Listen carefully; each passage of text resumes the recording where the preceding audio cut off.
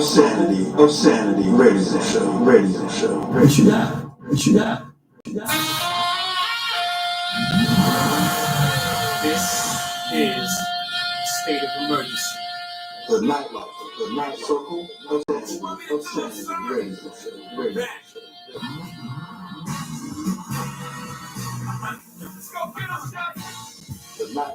The night circle of sanity, radio. Show me what you got, little mama. Show me what you got, pretty lady. Show me what you got, show me what you got, baby. Hands up and wave. The night circle of sanity.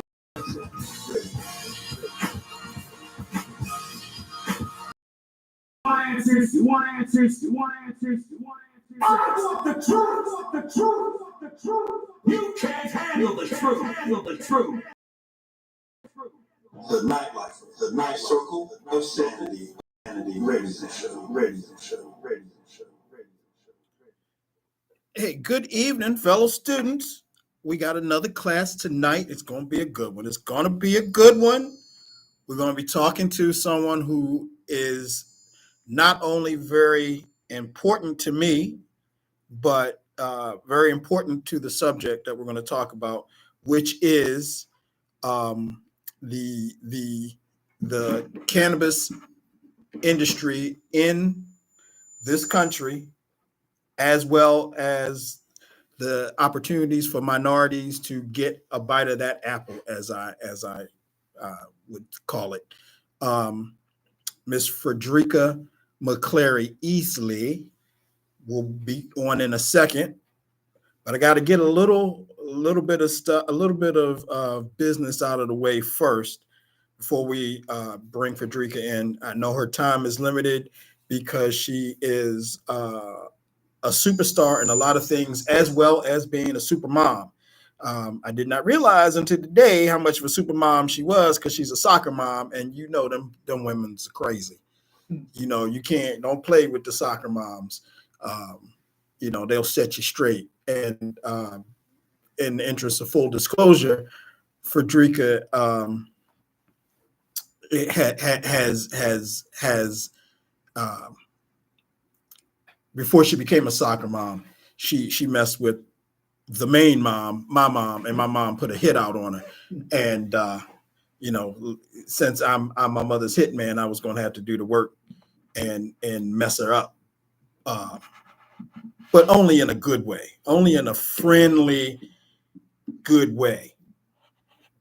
I was going to have to probably take her shoes from her so she wouldn't be able to reach the light switch in the house. But I'll get down to that. We'll get down to that. First of all, everyone, welcome to the Nitelifer Circle with Sanity. Tonight's show, May 15th, 2024. We've got a few things to talk about that are kind of cool that we need to go over.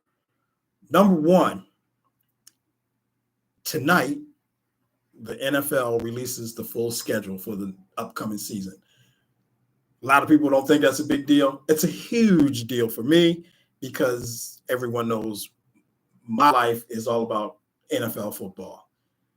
I don't care about boxing anymore. I don't care about baseball anymore. I don't care about basketball anymore. It's all about the NFL and the best team and organization in the league, the Baltimore Ravens. And people can dispute that, but they don't know what they're talking about. I'm me, and I know what I'm doing.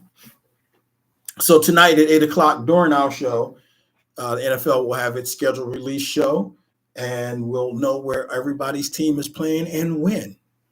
So that's going to be a big deal. We know that the Ravens are going to go to the Super Bowl this year. And I don't care what NFC team they send up against us, we want to mollywop them. Preach. So, Preach. Without further ado, my producer with all the gizmos and the know-how, DJ Rock Nice is back there. Yes. Doing. Yes. He will be running the show. he will bring Frederika in. I forgot to give you some theme music for Frederika. I'm gonna work that out. I have an idea. I'm sure you have it. We have some theme music for her to come in on, because you can't have royalty come in with just like no applause or no fanfare. You need to bring them on, with some sort of exceptionalism. So what you got in mind? Well, let's see. What is that? What is that movement that's happening now? The dance. It's got my old man all excited. The African kids dance to Jerusalem? Yeah, that. Yeah, we'll bring her in on that. I don't think she'll have an objection, because she's been to the motherland, I think, more than once, but I know definitely for once. But anyway, let me get on with the show. Okay. Yesterday was primary election day here in Maryland and across the country, and I'm on record as saying it's not as important to me who you vote for, even though I know who I would like for you to vote for, but it's important that you vote, especially minorities and especially Black people. When you do any history of the United States and think about and learn about real history, the history that a certain party doesn't want us to learn or know more about, the right to vote was not a guarantee. It is a right of citizenship that was given to white people in this country from jump. It was not extended to women. I'm sorry, it was extended to white men. It was not extended to women, and it certainly was not extended to Black men, Black people.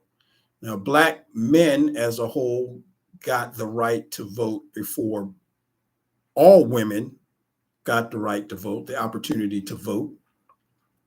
But women had a struggle politically to get the right to vote. Black people in this country were murdered for even wanting to vote, were lynched for trying to vote, had their votes discounted, and their ability to go to the polls blocked violently. The people who came before us died for us to have the right to vote. And if we do not take advantage of that because of silly beliefs of my vote doesn't count, what difference does it make? Things don't change. Whatever excuse you have been told or you have learned or you have brought upon yourself, even if you believe that, the fact that people in your line, people in your family, and make no mistake, I don't believe there's a single Black American whose family can be traced to the time of slavery. I don't believe that there's a single one of us who has not been touched by Jim Crow laws, violent denial of that right to vote, loss of life, loss of limb, loss of home, property. We have to, if nothing else, honor your ancestors by exercising the one way that we can universally participate in this process. If you don't think it matters, those of us who realize what happened in 2016 when a person became president and put in place a Supreme Court that we will have to deal with the fallout of for the next 30 years, conservatively 30 years, and conservatively is the key term. People did not come out to vote. People who wanted Bernie Sanders, who did not get the nomination on the Democratic side, there were people, his supporters, who were so butthurt that they refused to vote for Hillary Clinton. They refused to vote in the process, period. And then we ended up with not only 4 years of that craziness, the last 7 years total, going on 8 years of just ridiculousness, where things like the Capitol was attacked, a violent overthrow of this government came very close to happening in January of 2021. And if you buy the bullshit that they try to sell you on certain networks that it was not that bad, then you're subject to believe any salesman who wants to sell you snake oil and or a bag of magic beans. You got to be smarter than that. But even if you want to vote for that party or you support that party, you support that madness, you got to vote. It wasn't a given that you could vote. The Voting Rights Act happened in the 60s.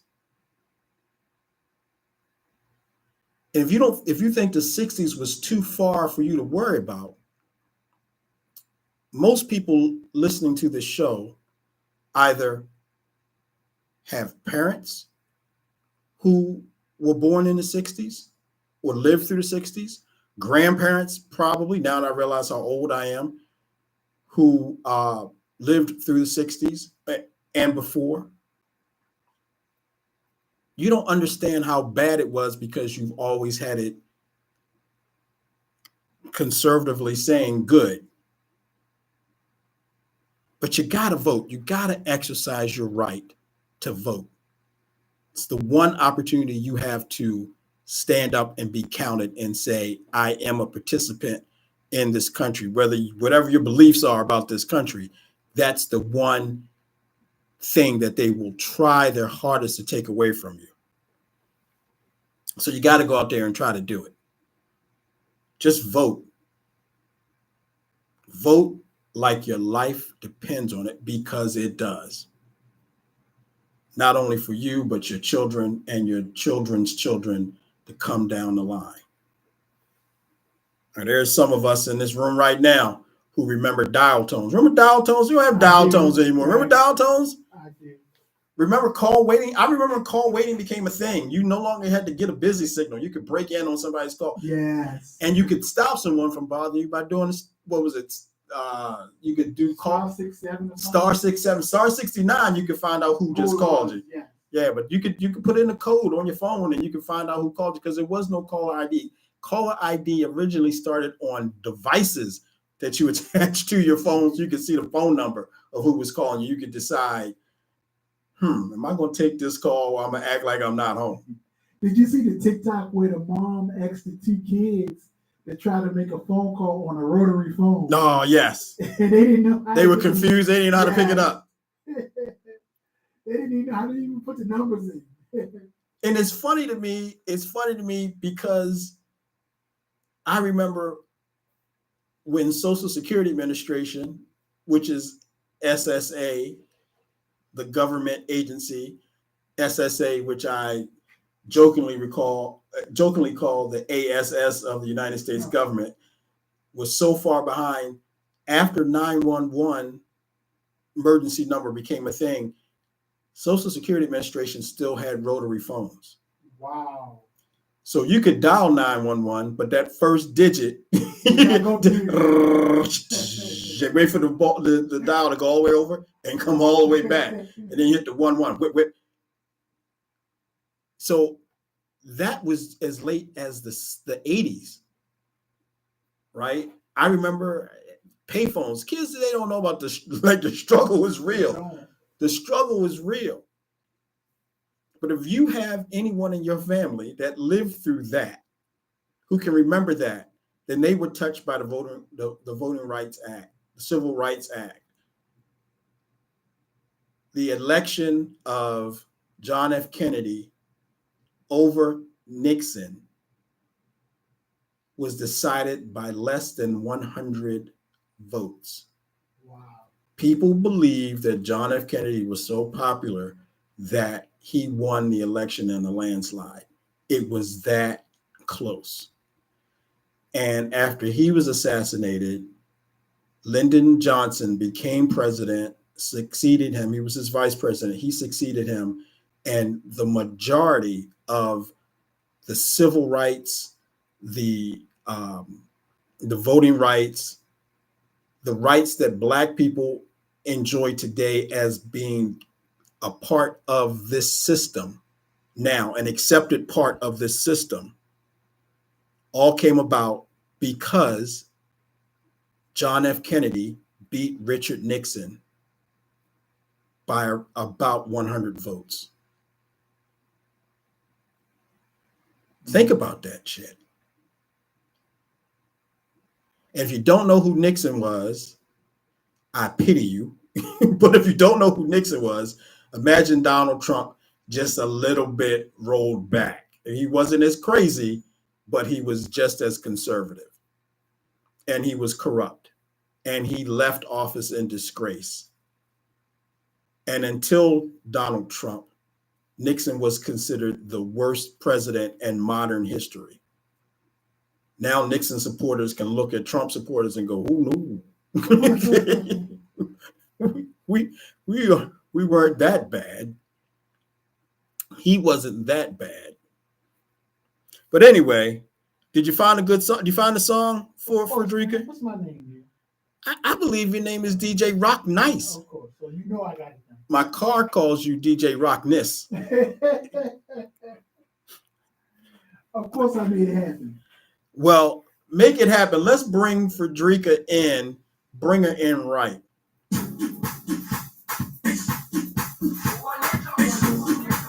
Ladies and gentlemen, all the way from Austin, Texas,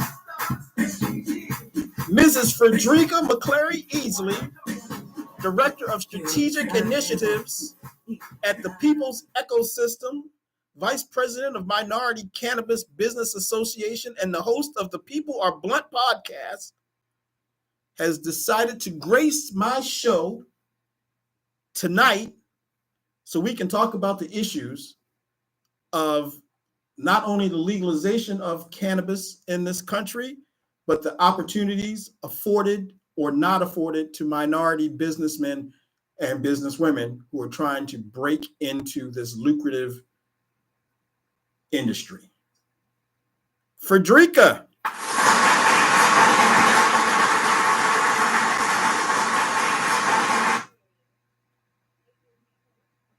Hold on a quick second. I don't think we can hear you. Hold on. Go on. We're getting it together. A little technical difficulties. DJ Rock Nice had the wrong thing plugged in. You know, his name. There you go. There you go. Can you hear me? Check one, check two. Check one, check two. We got you. Check one, check two. Hey, good people. What's happening, girl? Hey. What's going on, boo? How are you? I'm great. You know, I got to tell you, I've been doing this show for just over a month now, and this is the only time I've been nervous. Stop it. I mean, not because of, you're all that, but you are, but because I am so proud of who you are and what you are doing. And, you honor me in so many ways, going back before you were 30, all those years ago. Well, I'm still in my 30s, so don't do all those anything for me. But I love you the long way, and we go way back. I'm honored. I appreciate you even having me here, asking me to come on and talk about this, something that is near and dear to both of us. So I'm honored. Thank you. Thank you so much for having me on. Well, I've known you to be very, I hate to say it this way because it sounds so pandering, a very intelligent and articulate person, but passionate about what you do, even before you got into this. You're an impressive individual, and you're married to a very impressive individual. I mean, I can't give you praise without giving praise to Mr. Easley, Jody, the man who gives up that two-piece pop pop. Well, I like to say that we chose well. You both did. You really both did. Even though I had my doubts about his choice initially, I was like, she crazy, right? And everybody loves a little crazy, but it's always the question of, did you die? And nobody's ever died, but there's always been a good time. So hey, we gonna keep the party going. I didn't die, but I went to a party at you all's home abode, and I lost several million brain cells died that evening. Several million. Here you are. And this is why I am like I am.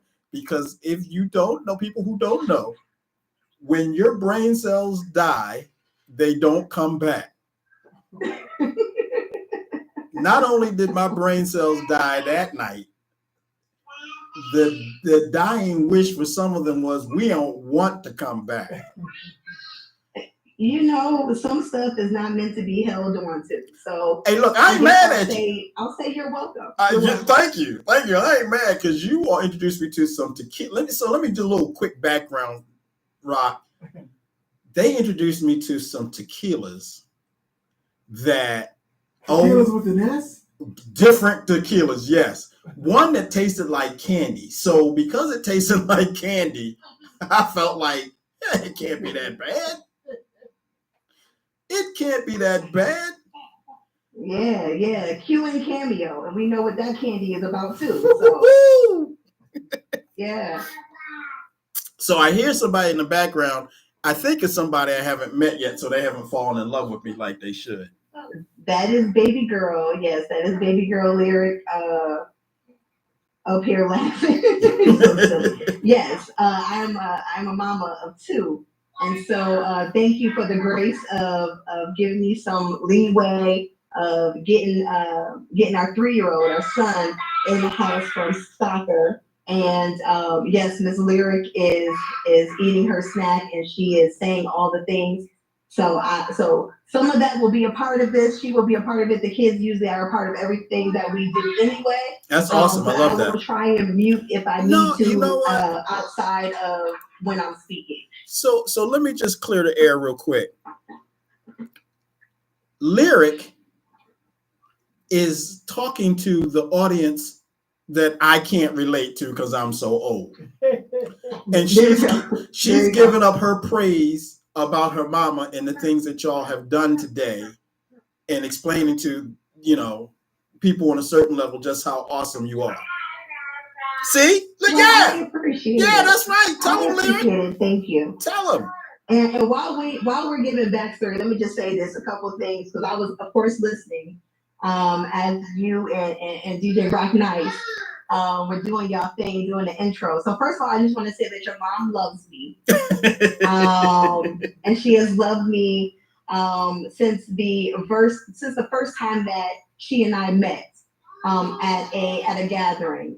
She has loved me, okay, because I am a real person. I keep it real, and she loves that, and she respects that. And real people recognize real. So that is my girl. So don't do that. The second thing is on the intro, thank you so much. So yes, the motherland and I, or we rather, are well acquainted. We were Jody proposed in South Africa, in Cape Town. We got married in South Africa. We consummated and made our first child in South Africa. Okay, that's a line. That's a line. We have We have not only toed over the line, we have stepped deeply over the line. Whoo, go ahead. This ain't a family show, but you know, woo, just how much South Africa means to us. So I definitely appreciate the intro music. Thank you so much, DJ Rock Knight. You're welcome. I appreciate it. And I guess before we get into and look, please tell me if I'm stepping into my host bag because you know exactly, girl. She said, "Go ahead." I heard that clear. All right. I was listening to the political piece that you were doing, and I guess I just wanted to share for all your viewers, your listeners, is that people don't attack things that don't matter. Word. So the fact that there have been so many attacks on affirmative action and on the right to vote, and they have tried to make it so difficult, and especially in marginalized communities, that in and of itself should let you know just how important it is. That's the first thing. Amen. The second thing I would say is that politics are local. All politics are local. We always pay attention when we are in a presidential election year. And I'm not saying that the president is not important because he who shall remain nameless, and to your point about the Supreme Court, really put us in a trick bag, right? Right. But I will say, make sure you vote down ballot. Make sure you look at those judges, those mayors, those council members. You know, those are people who they can make a decision today and you will feel it tomorrow. Amen. Those are the people who, when your street lights are out, it's not the president, who fixes it. It's those local offices. And so I would just beg people to really think about that. And I think about how close some historic elections have been. Kennedy, really, really, especially these local races. I mean, sometimes it is just 50 votes. It's 100 votes. Right. It is literally like your neighborhood. It is literally like your immediate family who can sway a vote and sway decisions and make sure you get someone in office who has your best interest at heart. So I would be remiss if I did not just kind of like throw that out there. And the last thing I will say is I am technically a geriatric millennial because I was born in 84, but I still remember, like I grew up with not having call waiting. Like I grew up with having to call the operator to interrupt the line if somebody was on the phone too long. And that's what you didn't want your mom or daddy to do. I grew up with that long telephone cord that you stretched all around the house. As you walked around aimlessly talking on the phone to either some boy or your best friend talking about nothing. That part. And then you also use it as a jump rope. You know what I'm saying? Because we were creative and everything had multiple uses. So, these kids really don't know. I remember having a case quarter. Like you always had to have a case quarter. And, the whole block, like you being outside, anybody could tell on you. Hello. Anybody could check you. You know what I mean? Hello. Your parents knew what you did before you even made it home. Exactly. So I come from that. And could snatch you up. That's what I'm saying. They could check you. Hey. Period. Yeah. Hey. And the way it is today, you can't even snatch up your own child without somebody having something to say, calling the police on you or whatever. Listen. And I wish a sucker would. I'll tell you that right now. I wish they would. So because somebody will be calling for them too, because they can get snatched up too for minding my business. Right, being all up in the wrong lane. I always tell the story, and I don't remember if I told it at my birthday party, but I know you all were there. I don't know if I told this story at my birthday party. I definitely told it at my mother's 50th birthday party, but I was a Cub Scout. My mom in the 60s got her son in the Cub Scouts and became a den mother. Oh, okay. Right? Became a den mother. And you know, the sidebar is I was the only kid in the troop that didn't have a uniform. But you know, but okay, my mother was a den mother.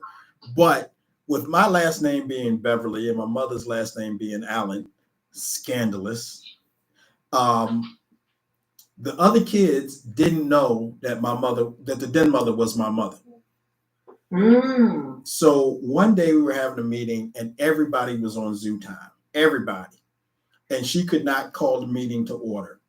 And everybody was running around. And I mean, I may have been ancillarily participating in the in the foolishness. But you know, we were kids. We were probably full of sugar. And my mother called me over. And I came over and she said, "Didn't I tell you?" You know, so you can see, you can't see because you're not, you know, but people were watching. I'm doing my list. "Didn't I tell you to stop fooling around?" And she gave me the 2-piece. And all the other kids saw that. Let me tell you something. These little Negroes straightened up like they were first day of boot camp. And one of the kids came over to me and said, "Are you gonna tell your mommy that Miss Allen hit you?" And I said, "That is my mommy." She didn't have another problem out of none of them kids for the rest of the time I was in the Cub Scouts. But nowadays, you know, she could have caught one for that. You know, somebody would be taking pictures on the cell phone and like, "Oh, this woman is the Cub Scout leader is jacking somebody up." I mean, there's a line. Well, and that's because they don't differentiate between abuse and, you know, and I would say chastisement, or abuse and discipline. Right. And that's not to say that, you know, your child should get popped or whatever for everything, but sometimes you have to get their attention. Yes, and have to remind them. Sometimes we needed someone to get our attention. Exactly.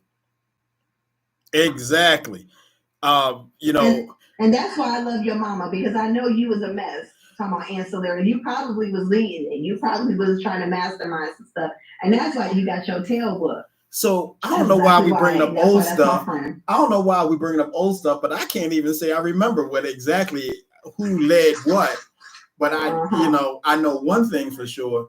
I didn't participate in any more foolishness in Cub Scouts. Never, ever. What? Because you know, after she straightened everybody out, she got me in the car on the way home and probably gave it to me when I got home. I say probably because I'm sure my mind has blacked that out.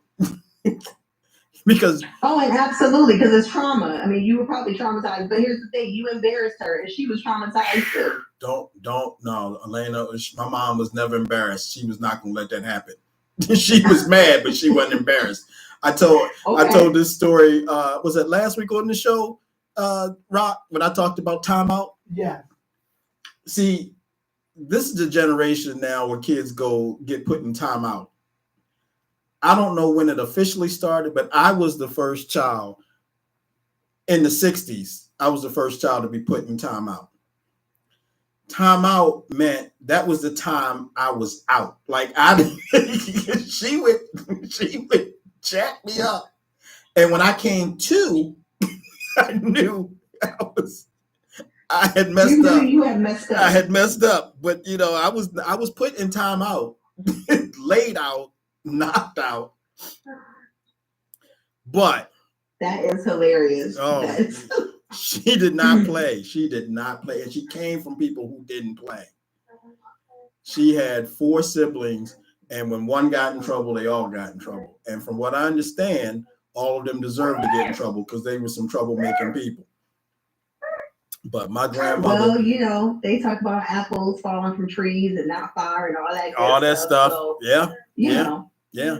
And you didn't get to meet my grandmother, but my grandmother was the sweetest woman on this planet. And they tell me that when they were kids, my grandmother walked around with a razor strap on her shoulder.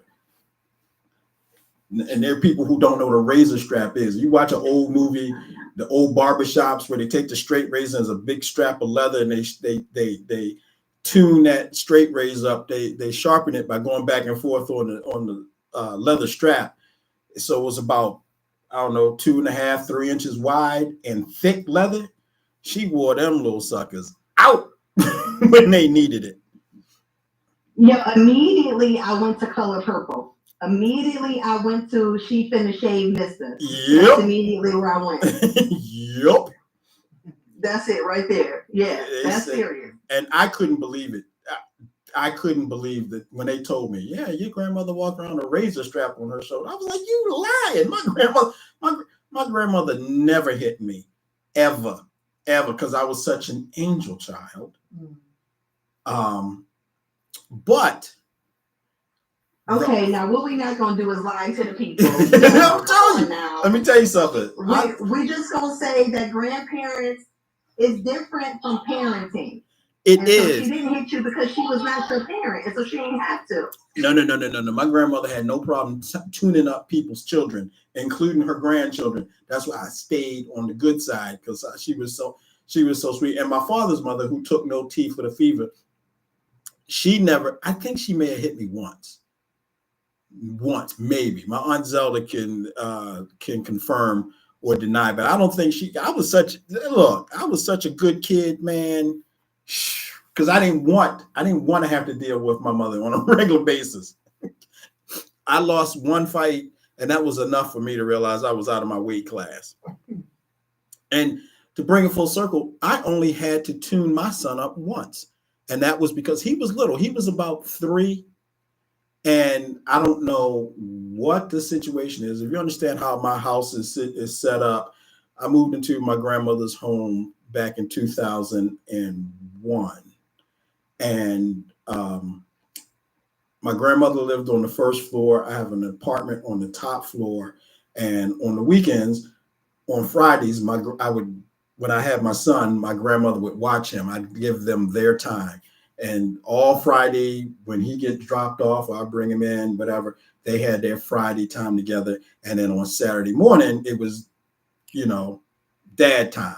And I had him until Sunday evening, and we did everything. And that involved my grandmother on a lot of things too. But I gave them their time because that was important to me, because I needed him to understand who she was. And my grandmother loved babies. She absolutely loved little people.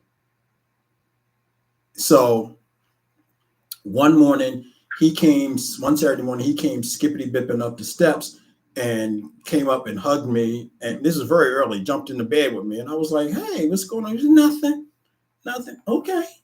And he's all snuggled up under me the whole time. And, I would fix breakfast and go downstairs. We'd all eat breakfast together, my grandmother and my son and I.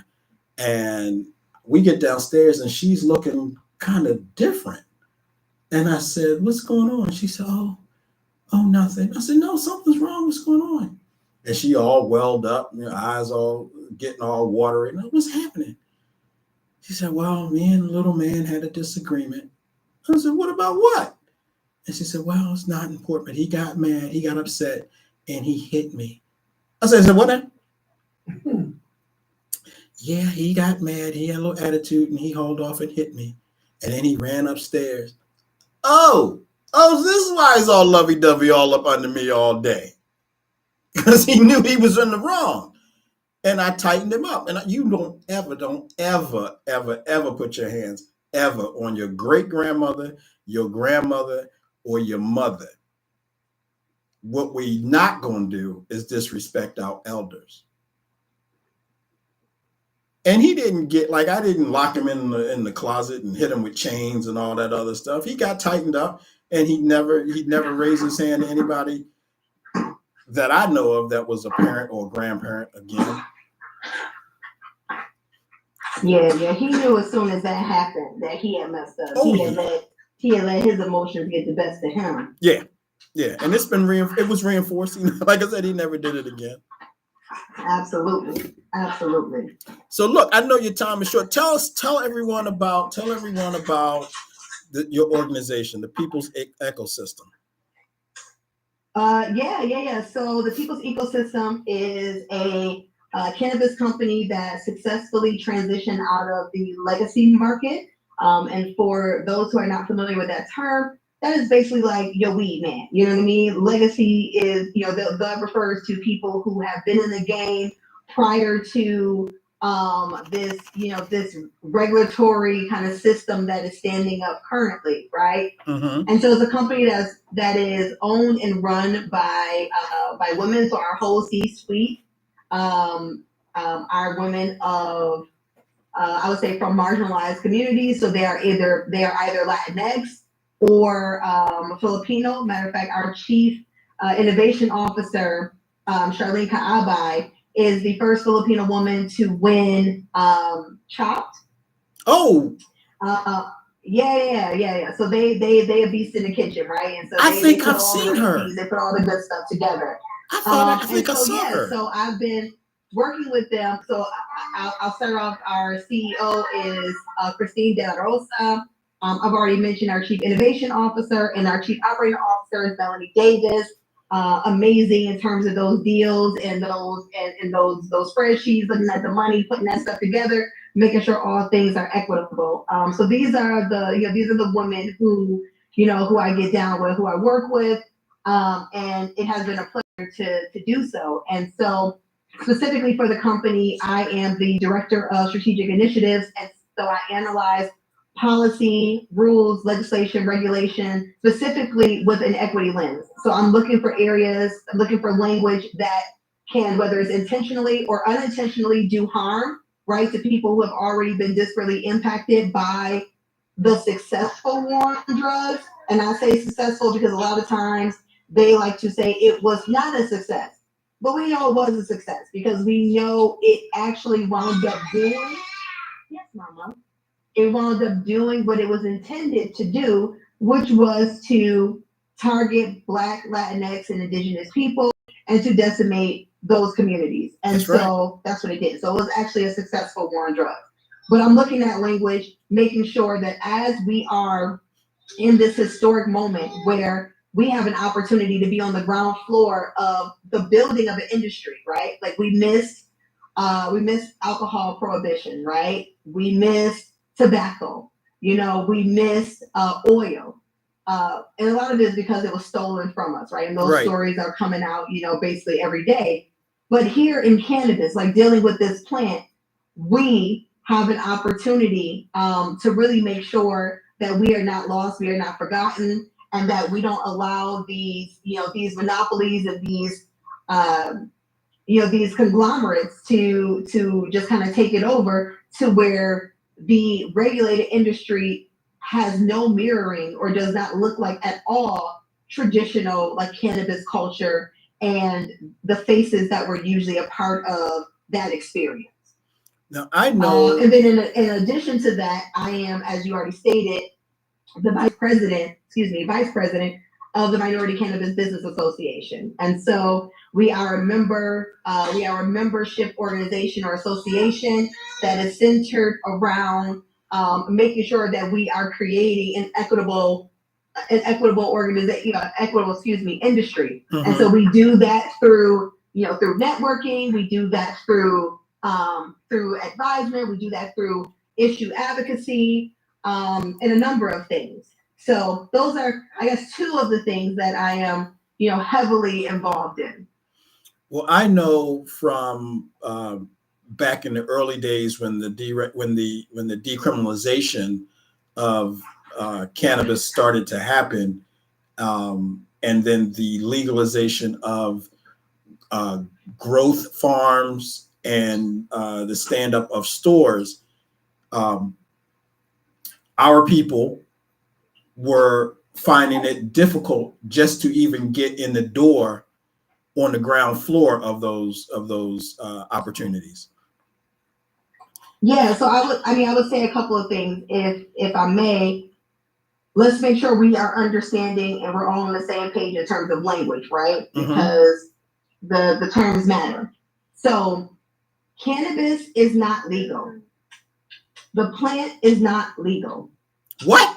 Cannabis Yes, I'll say it again. Cannabis is not legal. Let me go Even throw though my there ropes are away. now, even though there are now 38 states that have some sort of program, some sort of whether it's medical or adult use, but cannabis is not legal. Cannabis is still Schedule 1 on the Controlled Substance Act, which means that it has no medicinal value and it is addictive, likened to crack and heroin. Okay, so that is where cannabis is placed on the Controlled Substance Act. You have, you talked about him earlier, but you have Nixon to thank for that. Okay, cannabis, and it is not legal. Now, what it is states have used their state rights to decriminalize and to regulate the plant or this industry. And we saw during COVID, a lot of states moved to regulate the plant because coffers were decimated because no one had planned for dealing with unemployment rates and death and sickness and things of that nature that we dealt with due to a global pandemic. And so a lot of states realized when they looked at California and they looked at Colorado, like these states that were early on in terms of figuring out how to monetize this plant, they saw the tax revenue that they were generating and they were like, oh, we need that. We need to get in on that because the state is broke. Our states are broke and we need the money so we can balance our budget. So I just want to be clear that cannabis is not legal. It is regulated. Okay. So since we're defining terms and getting terms properly used, cannabis is not legal. Is cannabis considered different than marijuana? Okay, so the scientific name for the plant is cannabis. Right. Now, during the jazz era, because this is where a lot of this PR started, right, and where this war started, right. So during the jazz era, you had Anslinger, and we know about this with the Billie Holiday story, and just a lot of famous jazz musicians. But basically, it was, look, our white women, I'm gonna speak bluntly. Our white women are going to these jazz clubs and they are smoking this stuff. They are doing this stuff with these jazz musicians. Negroes. And it is, if these Negro jazz musicians, these musicians of color, and they are taking away their purity. Yes. Okay. And so we have to stop it. And so some of the first propaganda was an amazing PR campaign to change the use of the word from cannabis to marijuana. And the reason why they changed it to marijuana was because they wanted to attach it to Mexico or to folks of a Latinx descent. And so the messaging was these people are coming over the border. They have this plant, they have this, this product, and this product is being used by these jazz musicians. And it is causing our women, our docile women, to do some unsavory things. Good white and that's women. why you have the term of marijuana, you have the term of like the devil's lettuce, but those things came from that start of that PR campaign.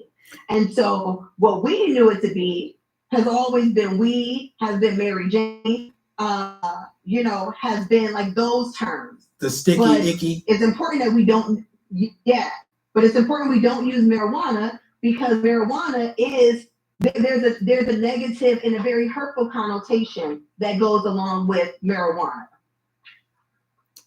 I am today's old find this to learn about the marijuana and the Mexican connection. I really never knew that. I never knew that. I grew up in there. Well, one of the first people in the family, if not the first person in the family, to be asthmatic. Everybody in the family smoked except myself and my grandmother. So I couldn't stand to be around anybody's smoke. at all. Even now to this day, I can't stand being around an ashtray, a wet ashtray. Like just the thought of it, just ugh. So I have never smoked a reefer cigarette ever. Now wine and I got to be very, very close until I was old enough to buy, real liquor, 18, because I'm old enough that I remember when the legal drinking age moved from 18 to 21. God, I hate when I have to think about that stuff.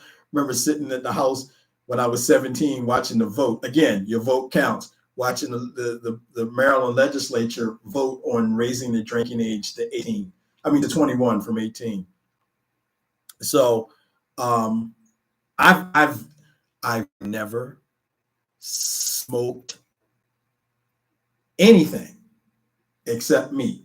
Yale's I be smoking meat in Baltimore, the best brisket in Maryland, and my ribs are really good too. Just self plug, and the meat is good. I didn't want to say made somebody like lose their vegetarianism to my brisket, but I'm gonna have to say, certain people I know were vegetarian and got some of my brisket and changed their religion. I'm not going to mention any names, Frederika. I'm just going to put it out there like that. Well, I would say that we were not vegetarian. What we were pescatarians. Oh, so we that's had right. kind of given up some of that meat that was harder to digest, but the brisket was worth it.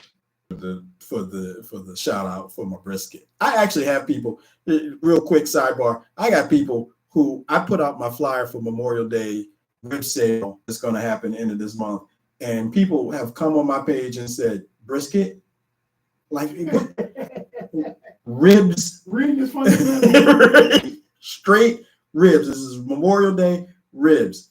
Okay, you going? Can I get a brisket? No. What part? And it's not that they hate my ribs. It's just that my brisket is life changing to some people. Very much so. I was trying to do a side deal. You had to put my business on the radio. I wasn't even talking about you, but now that you bring it up. One of my buddies. You felt like you was in church. You felt like you was in church and like the pastor was talking to you like, okay, I told you that in confidence. Like when you've been to the club all Saturday night and just came in and changed your shoes and went to church, and the pastor talks about people who hanging out in the clubs, and you feel like he's talking directly to you because he probably was. Like he can smell you. Like right. He smell it. Like he smell the tequila coming out your pores. Right. Yeah. And for a lot of times it's because I saw the pastor at the club with me. So, but that's a whole nother story. But so to get back to the important part of this, what got you interested in this whole endeavor? Well, it was not something that I was looking at, right? It was one of those things that just kind of happened and it fell on me because I too, like I'm a kid from the dare era, right? Like this is your brain on drugs, cracking eggs in the skillet. Oh my God, yeah, the fried egg.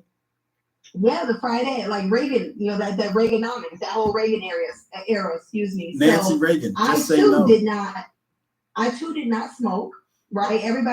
Most of my family did, but I was a drinker and, definitely was up here judging people who did smoke. So like everybody knows my story full of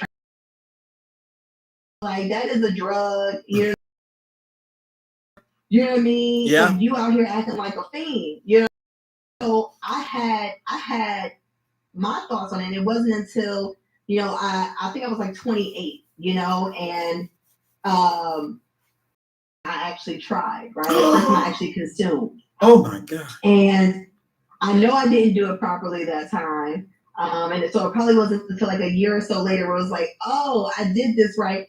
And then I kind of messed up because this was at the time when people were making brownies in their kitchen. And so you really didn't know what strain you were dealing with. You didn't know, how much THC you were dealing with. And so I actually like lost 2 days. You know what I mean? I lost 2 days because of the virus.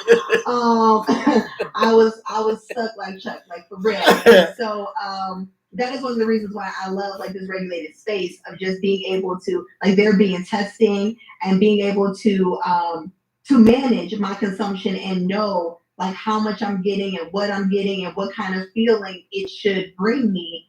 And being able to duplicate that. Like if I try something and I like it, it's like, oh, I can do that again, you know, and I'm not guessing. And there's no shade to the weed man, because I know they've had their system for forever. And it's like, yo, I know my strains, I know my growers, like I got it. So that's no shade at all. But just to some of us who like, you know, are not as experienced, and you know, maybe we ain't up here rolling up. Maybe I want a gummy. Maybe I want a tincture. Maybe, you know, I want a pre-roll. And so, you know, just being able to have those options. But, you know, a part of it was just, in everything that I've done since I can remember, I have been an advocate, right? Okay. I have been the person that's like, oh, that is not right. That is wrong. Even my past life in labor, right? Like that is essentially, that's where you met me, when I was in labor. Right. And so that's what I was doing. And so after we had our son, I had taken some time away from labor, out of work, and then I just kind of started following the stories. And Christine De La Rosa, who is the CEO, she and I share a mutual friend, but from different decades, you know. So she met her in her 20s, I met her in her 30s, but we connected. And initially, you know, Jody, my husband, and I, we invested in the business because we loved her. We loved the model that she was putting forth. And then it went from that to, oh, well, what's going on with this? And why are they not organizing like this? And what are people doing with this? And how are you engaging in this? And she would send me articles, and you know, next thing you know, I was messaging her, like the table had turned, right? And so I was messaging her, and I'm like, hey, you should comment on this, and and look at this. And then finally she was just like, so are you ready to work? Oh, okay. And you know, that's the cliff notes of it, but that's pretty much how it happened. So again, like you said, I met you when you were in labor, not with your child, but working in labor. And you were very passionate about what you did with that job, and you were very good at what you did. So it does not surprise me the passion in which you bring to this project and this advocacy. What are your thoughts? Well, thank you. Well, you're welcome. But I'm just speaking the truth, right? I'm not going to blow your head up if you're not doing anything. Like, I'm not going to say, you know, I understand your passion for the WNBA because I've seen you play basketball, because I haven't.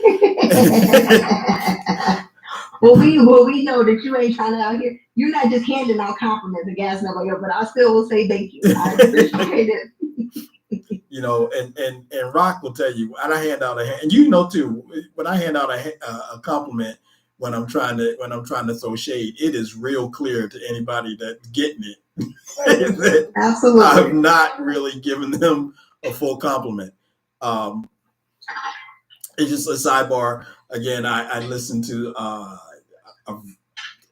not listen. I was watching a clip of the presidential debates from 2020, and the man who lost that election was talking about he was the least racist person in the room. And, Jesus the offense. Right. So when you say stuff like that, if you words matter, right? So you can be in a room full of drunk people and be drunk and say, I'm the least drunkest person in this room, but you're still a drunk, right? You can and you still might not need to drive. You still might need to, right. Absolutely. But when you say I'm the least racist person, you are still a racist. Like, you know what I'm saying? You're not standing up and going, I'm not racist. How dare you? But when you say I'm the least racist, you may think you are the least racist, but you're acknowledging that you are racist. So words matter. So I will tell people that, you're one of the least racist people that I know, or you are, I'll throw that out there. Rock will tell you, one of his employees, who is a gangster. I need you to meet her because she thinks she's Luca Brasi from The Godfather. She don't know. The real Luca Brasi's on this show. But I tease her and tell her she's the least shortest person that I've ever met. But she's still short. She's still 4 foot nothing. But no, so and it always surprises me, because it's not like you talk. Like that's the thing that gets me when you start talking about other people's height as if you were like, I mean, come on, like you like Kobe or something, like you Shaq or something out here. It's like it's not so many people who are looking up to you. You know what I mean? So I don't even understand why you do it. So that means that means I know from where I speak. If I call you short, if Shaq calls you short, yeah, so what? Everybody is short to Shaq. But if I call you short, you must really be short. If I can hold a donut over my head and you can't reach it, you goodbye.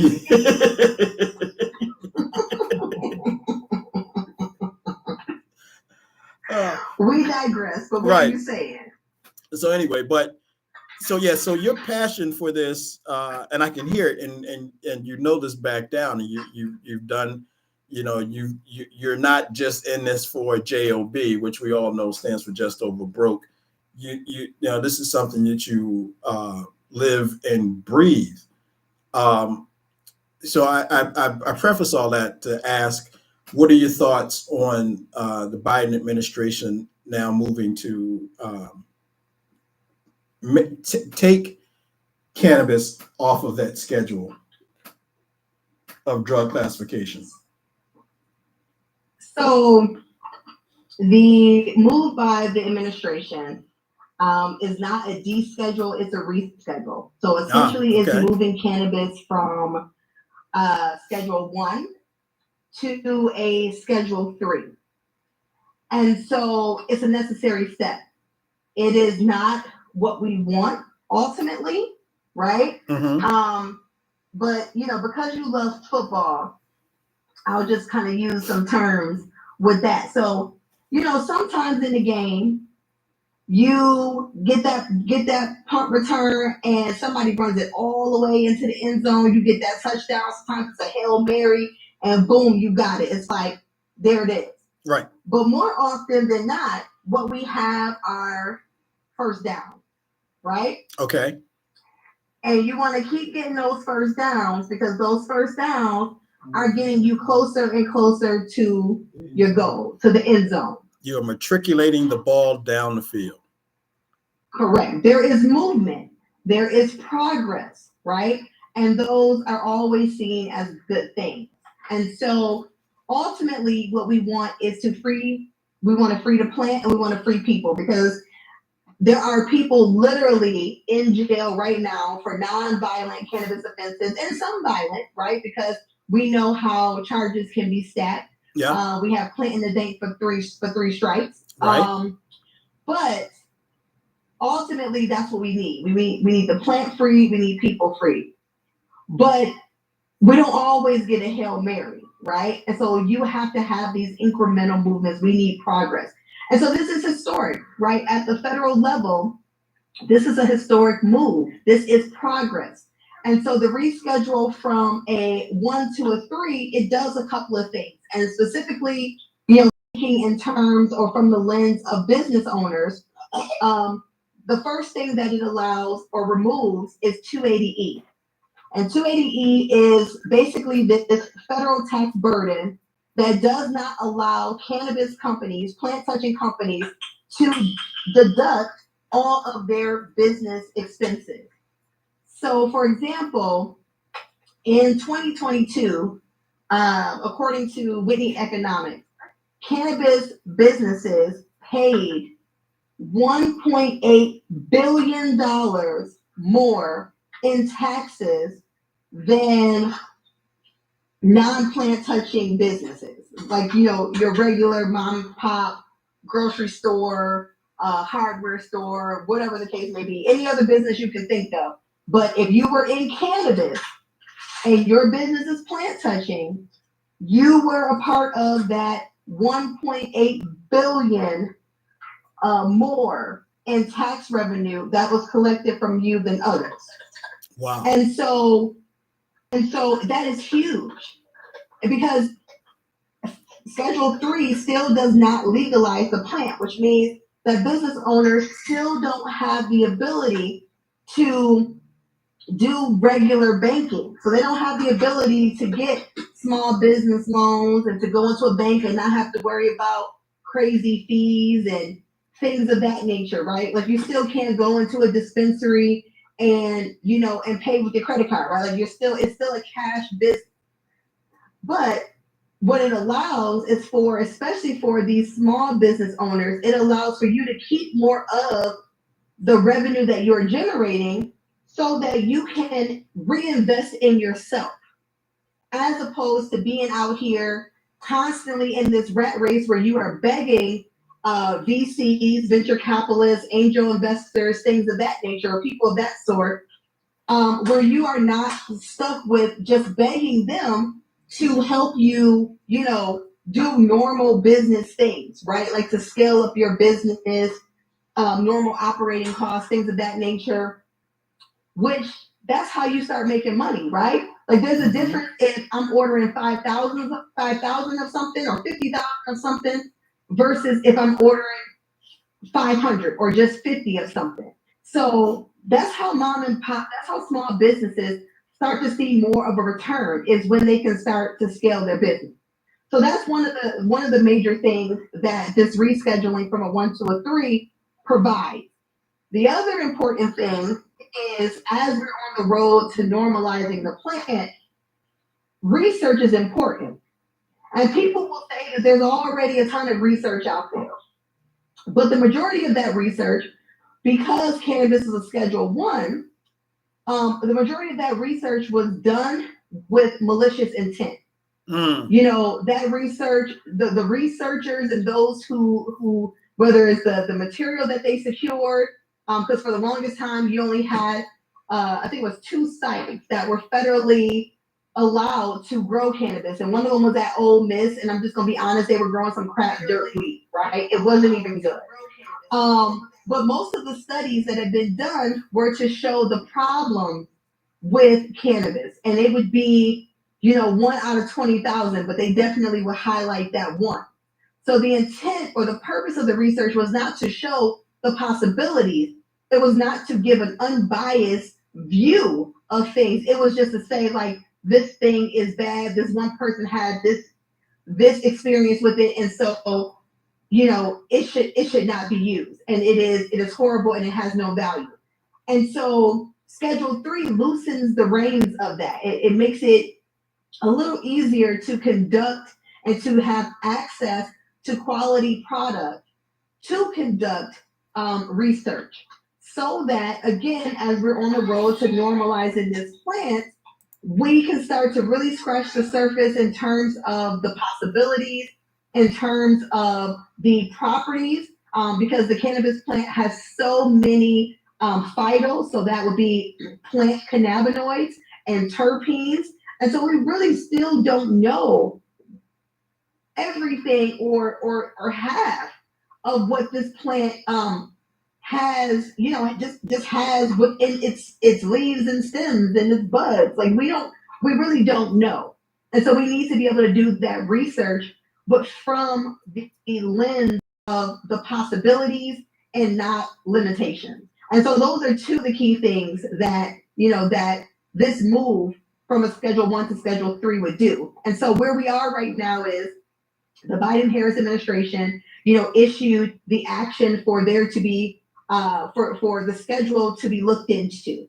And so we first had the release from HHS, Health and Human Services, that said, like, hey, there is value here. There are,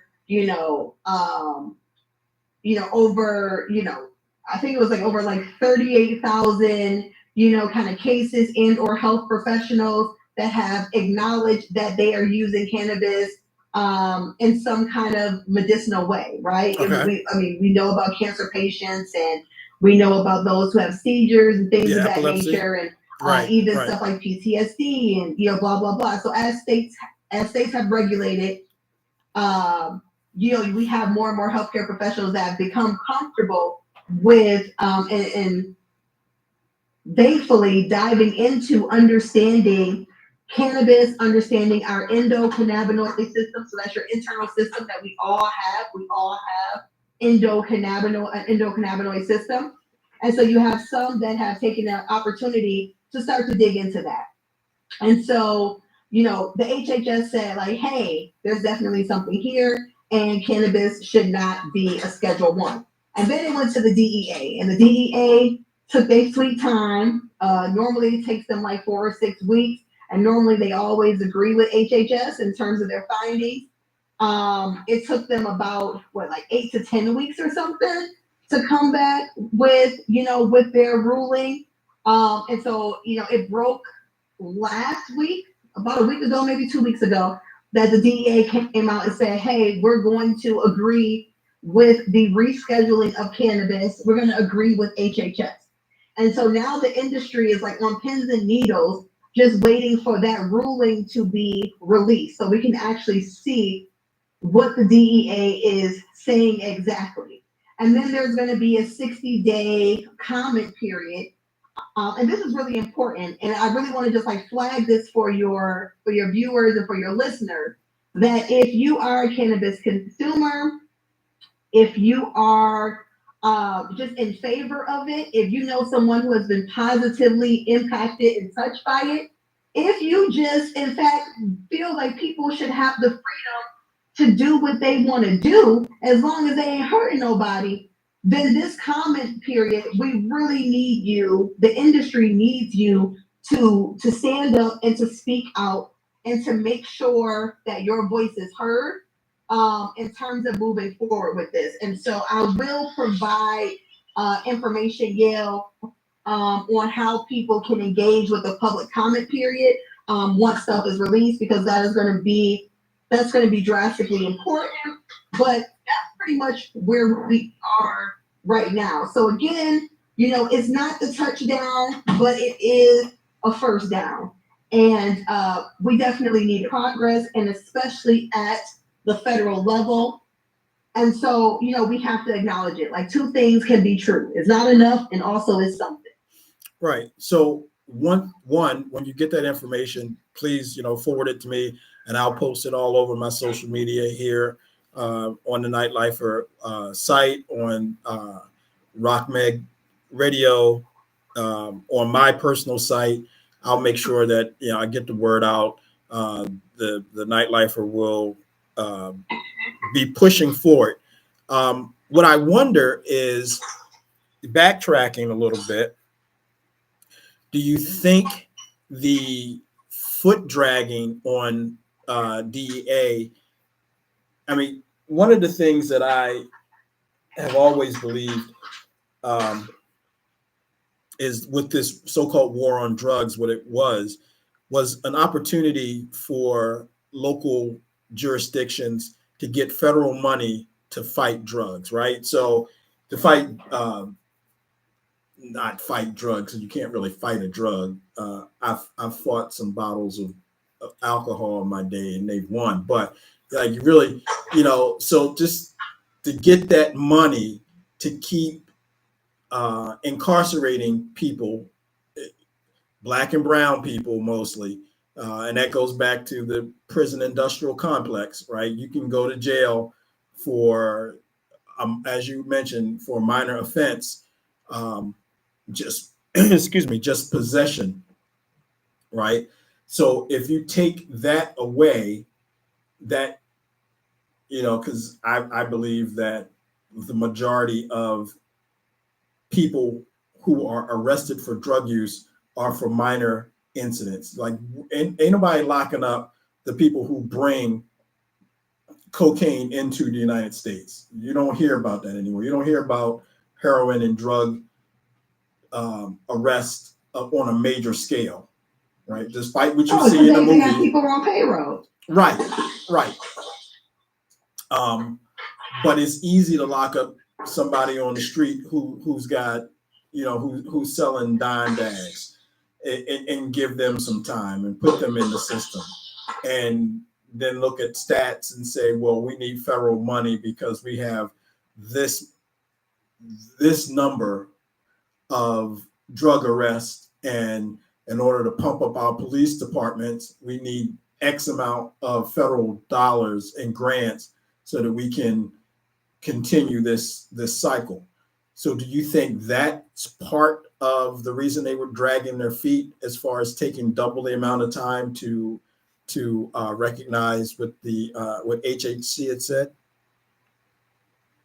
Well, I'm not even going to make HHS. that assumption, right? Because I haven't seen the rules, and so I don't know how robust this is going to be, and what exactly went into their process. But what I'll say is this: I'll say that white people and Black, Latinx, and Indigenous people use cannabis at the same rates.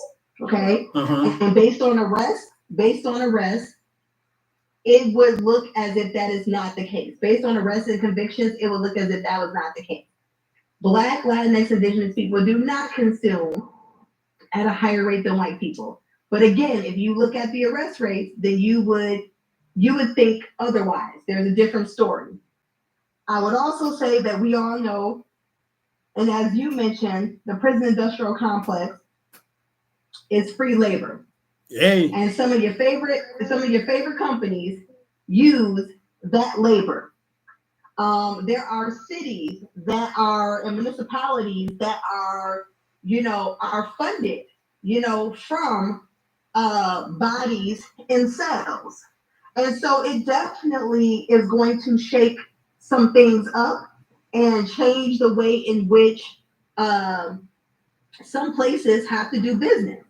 I think the other thing is, it's an internal grappling with the fact that you have literally ruined lives, and people have drank this Kool-Aid in terms of what is and what it does. And it's almost like you're 30 years old and you find out that your daddy ain't your daddy. You know what I mean? The person you was calling daddy is not your daddy. There's a lot that can go into that. And I would say, cool. Like, a lot of people need to get comfortable with being uncomfortable, because it is necessary. So, okay, baby. So I don't know why they've taken the time that they've taken.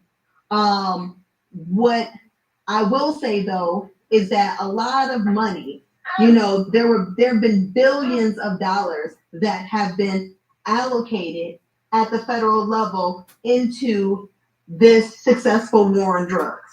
Police department, that there have been things like quotas, and and making sure that you out there doing shakedown. And it has happened in our neighborhoods and in our communities. And so, yes, we are looking to take that away.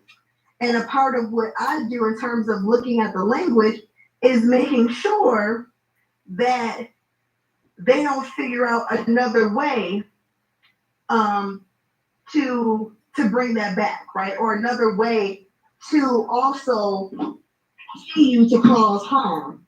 So one other thing I do want to say, Yale, and that's important, is that with cannabis not being legal, you really need to make sure that you understand how it is regulated in your city.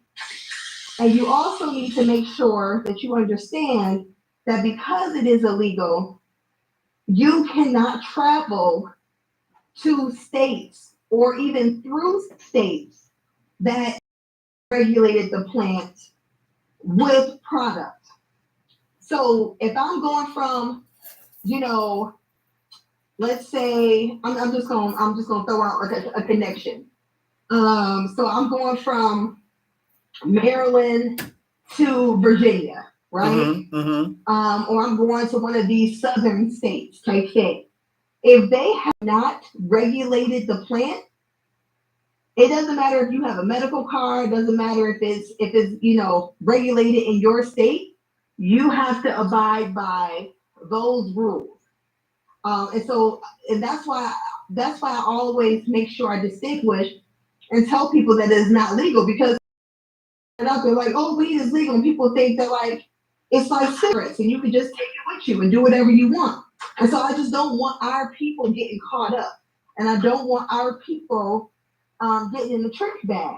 So just make sure that you still operate as if it is, or you still operate the same way that you would operate before all this regulation, unless you are in your state where mama, where that it is regulated, where you have a medical or adult use industry or market. So I know you're from the state of New York, right? You were raised in Buffalo, right? Yeah, I'm from Buffalo, New York. Yes. Right. So I remember, and if I'm wrong on this, I apologize. I did not spend the time digging down as deep as I wanted to, but I think I'm right in that New York City made it legal to have a certain amount of marijuana in your possession, and you could smoke it out in the open. So it is legal in the state. Okay. So the Okay. state has made it legal. So in New York State, or not legal, I'm sorry, it is regulated in the state. The state has regulated cannabis. Okay. So they have we have both a medical and an adult use market. And so, there are some restrictions in terms of where you can smoke, like if you're not supposed to smoke by like a school, there are some restrictions off the top of my head, and especially because I'm changing his baby diaper, I can't remember everything. So I would encourage people to look. But I will say one of the things that is important is because it is still federally illegal. Right. For people who live in housing complexes that are that receive federal subsidies, they can restrict you from consuming there. And so because it's still federally illegal. And so that is one of when I talk about making sure our people are not recriminalized, this is one of the things that I'm referring to. Because if your state has rules that you're not supposed to smoke outside, you're not supposed to smoke like in your vehicle, right? You're not supposed to smoke and drive, right? Because you have them working on that right now, where they're trying to figure out how to, because you can't use the test that you would use for liquor, as in like a DUI. So they're trying to figure out how to test how inebriated someone is, from cannabis, right? And so if you can't, smoke and drive, can't smoke in your car, or can't smoke and operate a vehicle, rather, you're not supposed to do that. And in places, you're not supposed to smoke outside. And if your state does not have consumption lounges, then the question becomes, where can you safely consume? Where can you, consume and be within the bounds? Be compliant. And so right. And so that is one of the things that we, are looking at. And when I say we, I mean like the ecosystem. But that's one of the things that we've identified as, this is where harm is repurposed. Because now what you're doing is you are creating an elite situation to where you have to be a homeowner or a person who resides in a single family home in order to be able to consume if your area does not have consumption lounges, because otherwise you can get in trouble with your HOA if they so choose. You can, if you're staying in an apartment or housing complex that's subsidized, you can get in trouble there. So again, I encourage people to make sure that they know exactly what's going on in their state. Yeah, and where I was going with that is to what you were saying earlier. whether you are within compliance as far as usage, possession, it's still, and again, correct me if I'm wrong, it's still illegal to grow. You can't even have a plant growing in your house in New York. Well, so in New York, I know New York had an issue with home grow. If I'm remembering correctly, if I'm remembering everything correctly, New York did have an issue with home grow. But there are states that do. Mama, please stop it. Thank you. There are states that actually allow home grow. And that is one of the things that, we always want to push for is people being able to, have that kind of control. And honestly, that kind of love for the plant. Like if that's something that people want to do and they want to learn, they want to really have control over, what they're ingesting, right? And know what kind of soil and that the water is filtered and, all of these things. And people should be able to do that. And especially people, because I view all cannabis consumption as wellness. But there are people who really, whether it's body ailments, whether it is, kind of mental health, but they are not, they're not consuming to essentially get high. They are consuming for wellness. Like they're consuming to essentially like get to a place of what we call homeostasis, they're consuming so that they can go into the office and deal with, the anxiety triggers that they may have on a regular basis. And so that can get pretty expensive, if you are having to make those purchases. And so we definitely want there always to be an option for home grow. But I just encourage people wherever you are to make sure you know what those limitations are, to know how much you can, have on you, right, at a time, to know how much, if there's home grow or if it's not. I just encourage people to make sure, and a lot of times it's as simple as a Google. It's not like you have to read, a 300-page document. A lot of times this stuff has already been pulled out for you, and you can simply just do a Google search. But just make sure you know what's going on where you are. Right, and that's the important key. That's my point. You may think because you can do A that you can do B and C, and you can't do B and C just because you can do A. And it's important to know where you are and what the reality is. Like it may be, and I notice like all over the place, and the governments play these games and institutions play these games all the time. In some places, and I'm not being specific, I'm being general. So you can hold my feet to the fire on this, but I'm just using this as an example. It may be that you can smoke cannabis in your home, but you can't have a certain amount of cannabis in your home. So like they play that game. You may be able to have enough for personal consumption in your possession, but you can't legally smoke it. Like they play those games everywhere. And it's not just with this industry. I know from years ago, some people I know who went to the Naval Academy in Annapolis. The Naval Academy had a rule for midshipmen that you could only drink alcohol outside of an 8-mile radius from the outermost perimeter of the Naval Academy, right? So if you're 16 miles away, you can drink. If you're 9 miles away from the outer perimeter of the academy, you could drink. However, unless you had a pass, you could not be more than 7 miles away from the academy grounds. Right. So and that's exactly it. And that's that's how they get people. That's how they get people. It could literally be you could have just crossed the street and the whole situation changed. would have been totally different. Yep. than what you find yourself in. And I would say in DC, which is like your neighboring, well, not state, but district or whatever. I mean, they're definitely in a trick bag because they have been fighting to get state law, and so right now, because DC is a district and not a state, they don't have Senate representation, Right.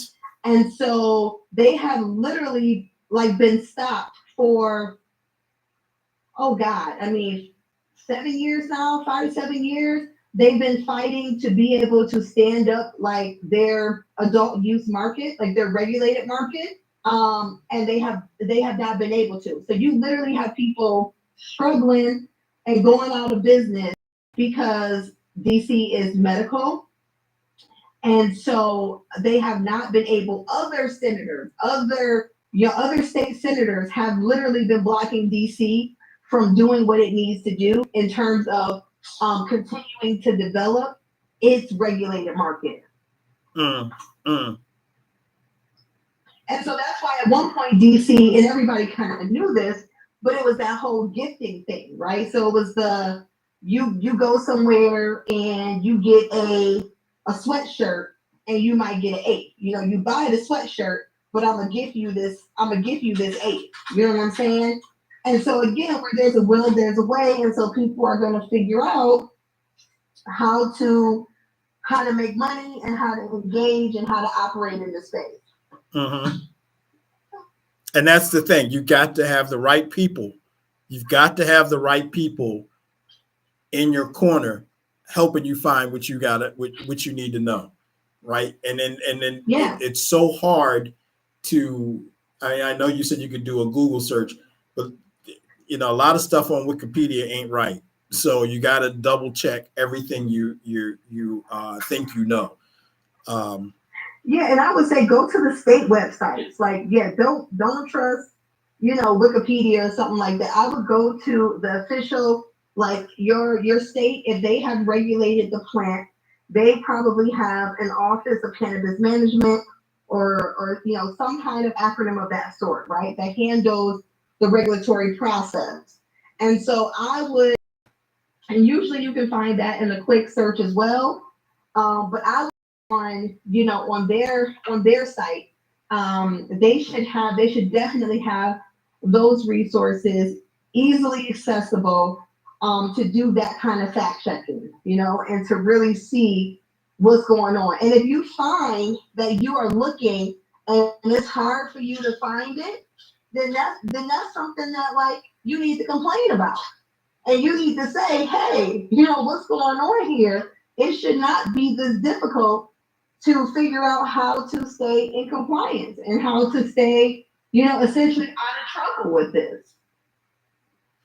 And that just brings it full circle to what I was talking about earlier with voting, right? You get the government you get because of what you do to put those policies in place. I always go back to Ferguson and the Michael Brown situation when you had not predominantly, an all-white legislature and a predominantly white police force and a white district attorney, and you're in, I think Ferguson was an 85% Black community. Absolutely. So if you want change to be in effect for what you want, you have to go out there and fight for it. And the only way they will accept is with your vote. And we know they're not always accepting your vote, but you have that right to vote. And if you want to live in an area where you can do what you want to do the way you want to do it,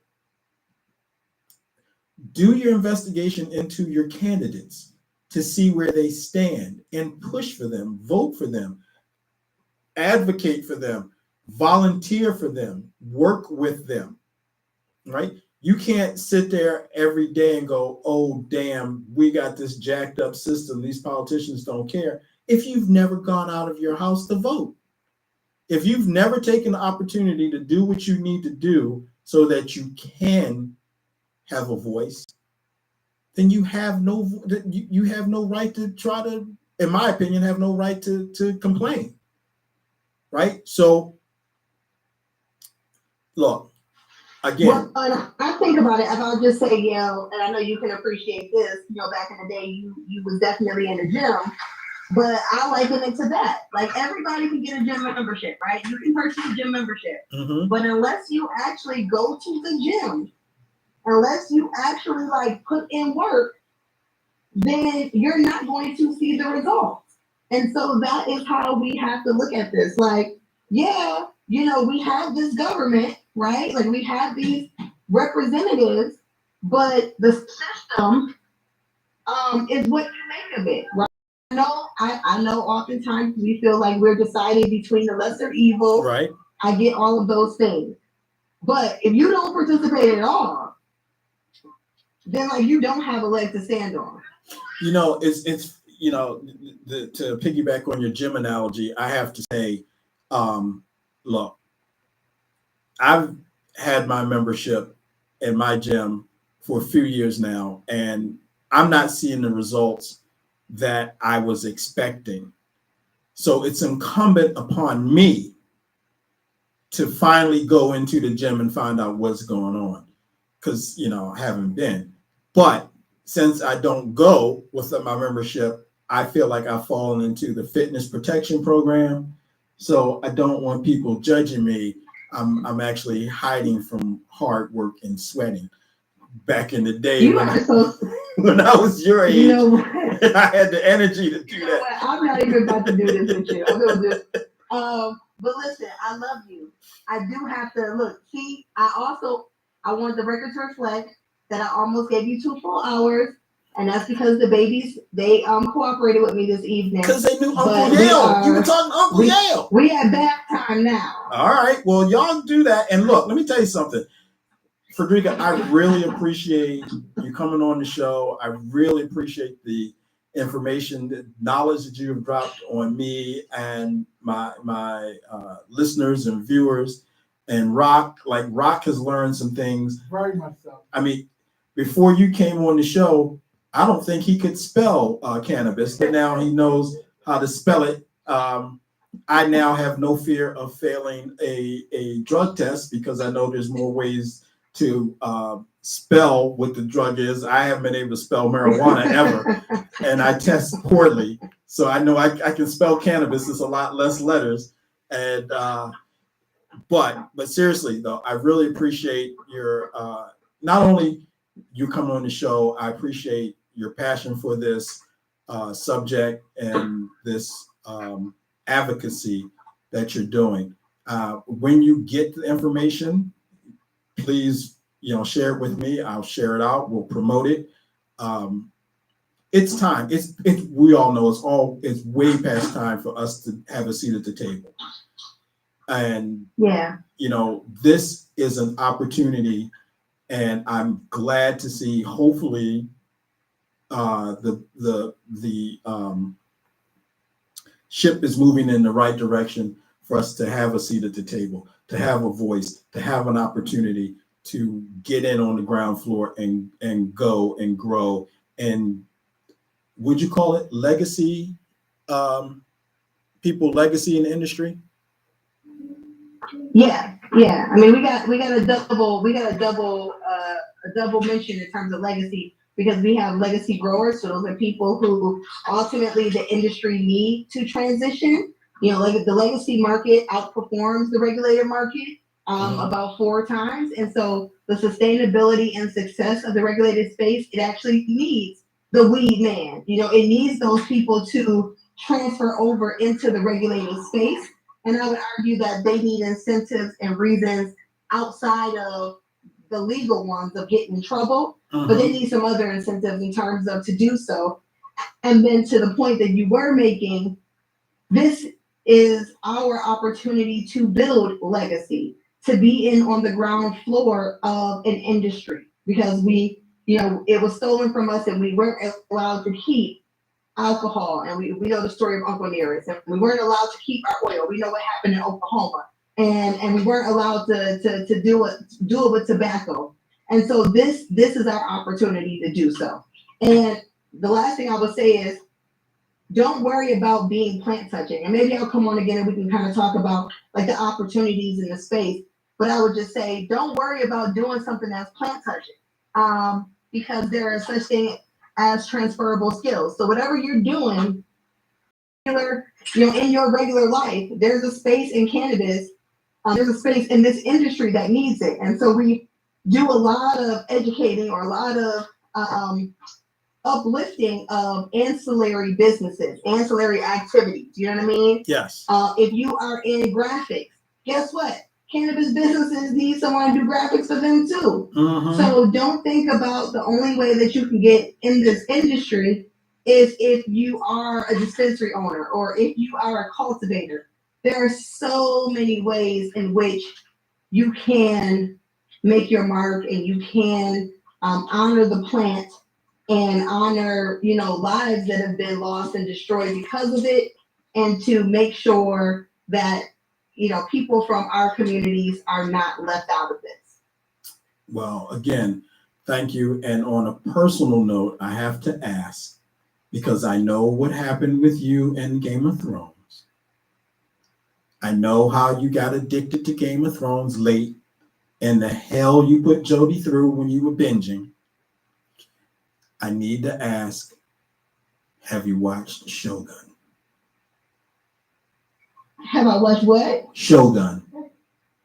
Shogun. No, I've not watched Shogun. Frederika McClary Easley.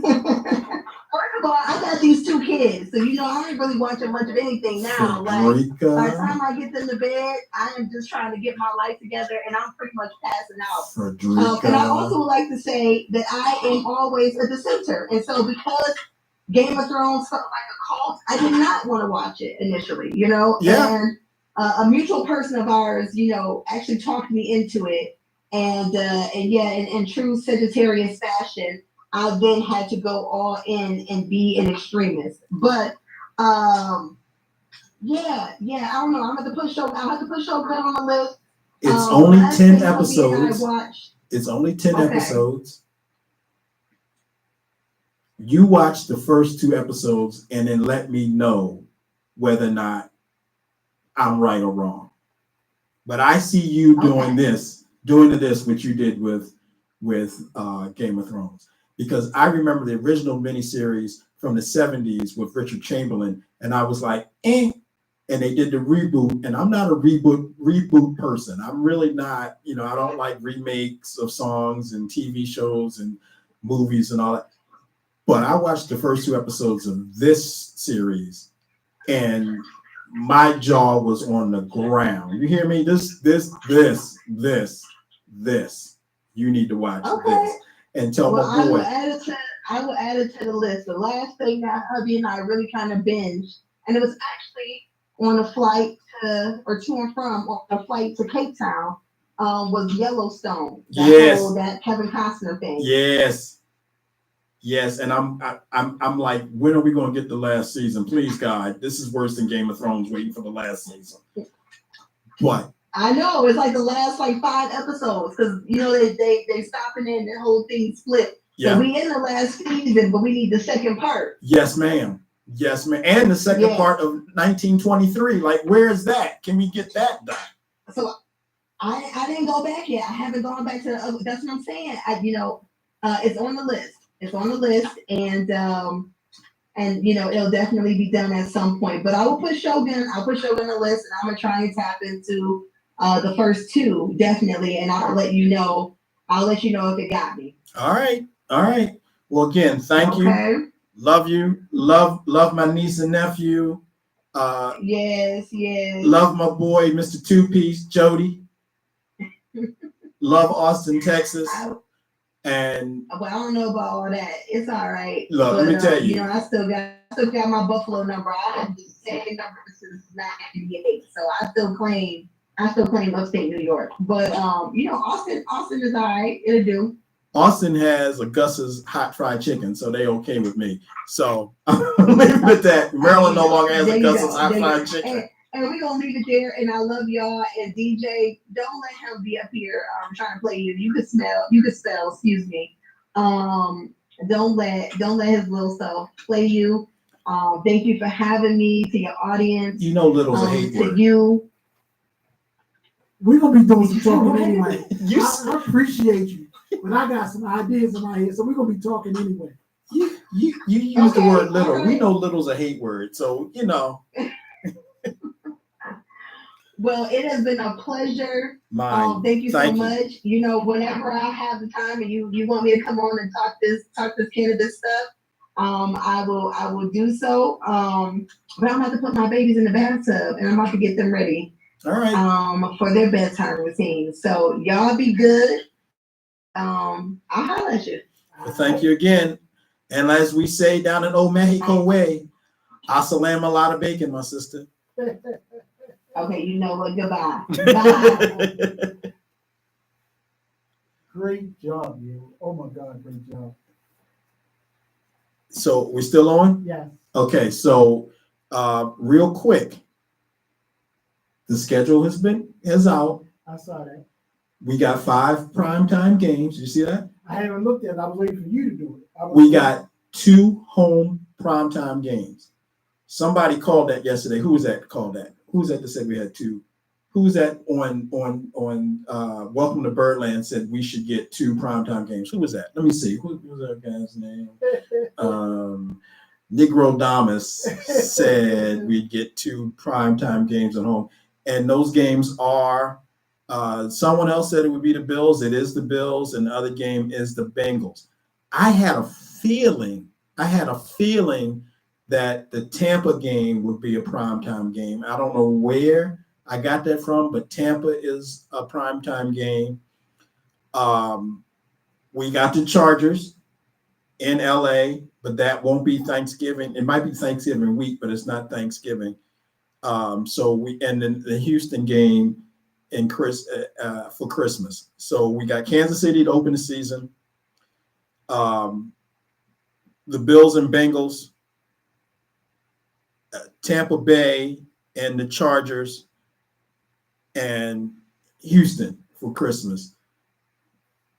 When is the Dallas game? The Dallas game, surprisingly, is not a primetime game, but it will be this season. We know that. Week 3. We play them week 3.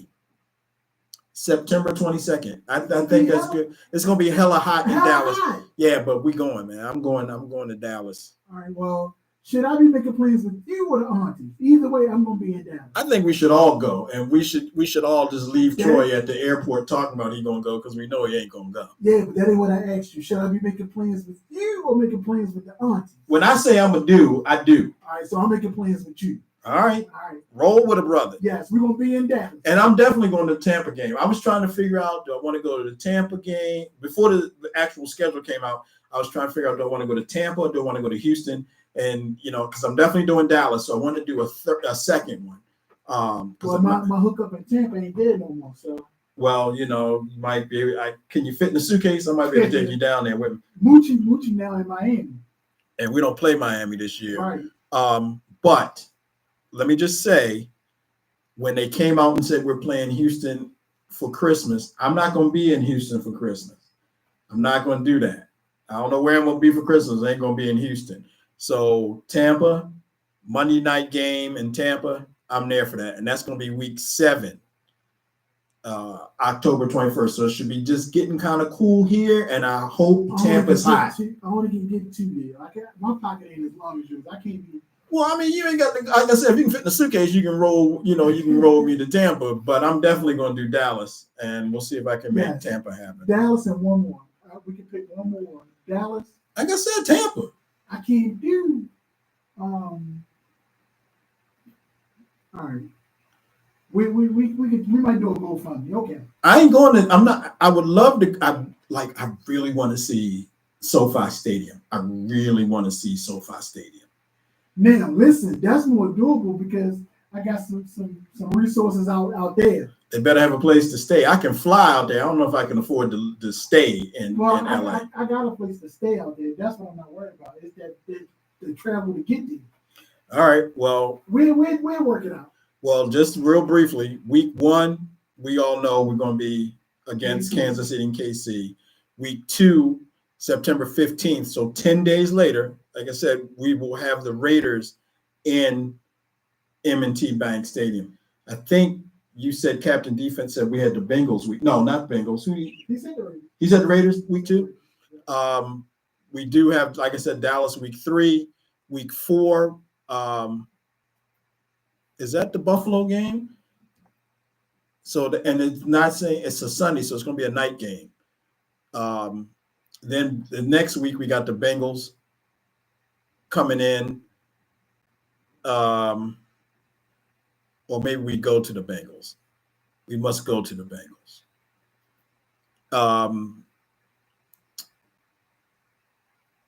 The following week we got the Commodes. October 13th, week 6, we got the Commodes. Then week 7, Tampa Bay. Week 8, the Browns. Week 9, November 3rd, is the Broncos. So we can give Russell Wilson all that and what he deserves. Because, he ain't been right with us since Lamar busted on the scene and beat them on a national televised game when the world found out Lamar was Lamar. Week 10, we got the Bengals again. Week 11 is the Steelers. Wow, we wait till week 11 to play the Steelers. Wow, that's late in the year. Week 12 is November 25th. That's in LA for the Chargers. When is our bye week? Bye week is week 14. Great. Now, see, we discussed this yesterday, you and I.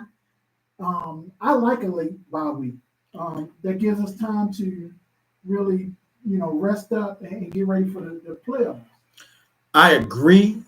However, that means we are grinding really hard up until that bye week. Like, I like it more like week 9 or 10, but I'll stipulate to week 14, getting a rest.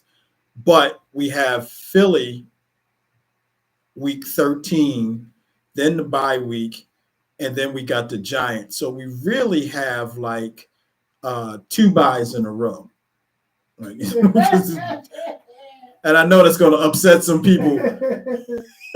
No comment. But, and then week 16, we have the Steelers. And week 17, Christmas, is the Houston game.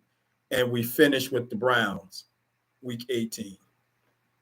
Okay. So 5 primetime games I'm happy with. I knew they were going to have us play the Chargers. I knew they weren't going to let that opportunity pass. I didn't think they're going to let us have it on Thanksgiving, but it is the Thanksgiving week. So I knew that game was going to be nationally televised. The Buffalo game and the Tampa game kind of surprised me that we get those at home. But of our home opponents, we have a more exciting on the road schedule per se than the home schedule. So it should be a good season. Super Bowl bound. Here we come. Look, before we sign off, I got to thank Frederika McClary Easley once again for her information and coming on the show. Voter turnout was light this year across the country. As Frederika said, you got to vote. Don't wait 4 years for the presidential election. Vote every chance you get and do your investigation into the candidates of your choice so you can affect your everyday life. Powerful. You cannot keep walking through the world with your eyes wide shut. with that, Mr. DJ. Oh, before I go, real quick, for the people who were supposed to be here in the studio who didn't get to show up, they are missing out on some I be smoking smoked chicken wings that DJ Rock Nice and I are going to nibble on for a few minutes before we roll up out of here. And if you didn't make it, Your fault. not on us. Your fault. This don't happen all the time. Your fault. You snooze, you lose. Your fault. Tell you what I used to say when I was in high school. America's a tough town. Snooze, you lose. Can't have everything. Sometimes you can't have nothing. But you can always get something. But you got to show up. You got to show up. So with that, Mr. DJ, play me out. All right. The nightlife, the night circle of sanity, ready to show. What you got? What you got? What you got? This is State of Emergency. The nightlife, the night circle of sanity, ready to show.